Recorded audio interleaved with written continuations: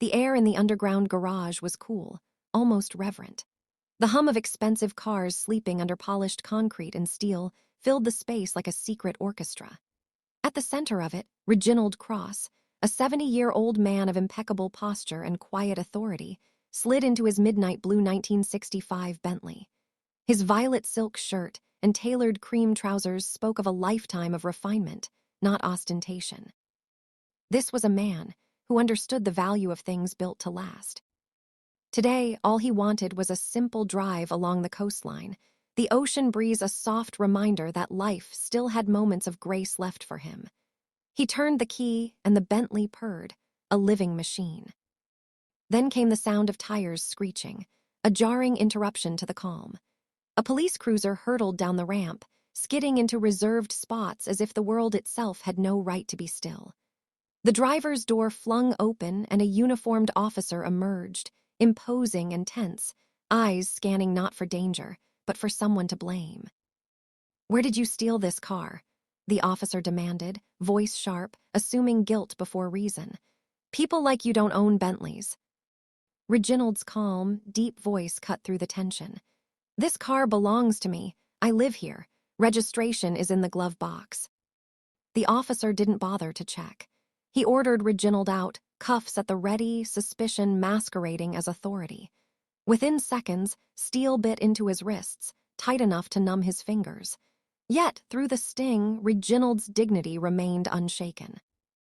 The ride to the precinct was silent except for the dull thrum of the cruiser and the rhythmic pulse in his wrists. At 70, he knew patience was a weapon far sharper than anger. At the station, the confusion was immediate. The officer presented a charge of grand theft auto, but the paperwork told a different story. Registration matched the car, the address matched the penthouse above. Captain Victor Hale, a seasoned officer in his 50s, stepped forward, scanning the room with an experienced eye. Something was off. He checked the records himself, confirming Reginald's story. The body cam footage from the cruiser was equally damning, the officer's bias displayed for all to see. The tension shifted from subtle to decisive when black SUVs arrived outside, moving with silent precision. Federal agents entered, led by none other than Director Drake Cross, Reginald's son, whose presence alone demanded attention. He assessed the scene, then directed the captain to replay the footage. The officer who had arrested Reginald watched in stunned silence as his own words and actions betrayed him. "Remove your badge," the captain ordered. Hesitant, the former officer complied, the symbol of authority stripped away, leaving only accountability.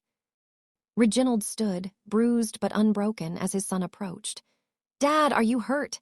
Drake asked, controlled fury laced in his voice.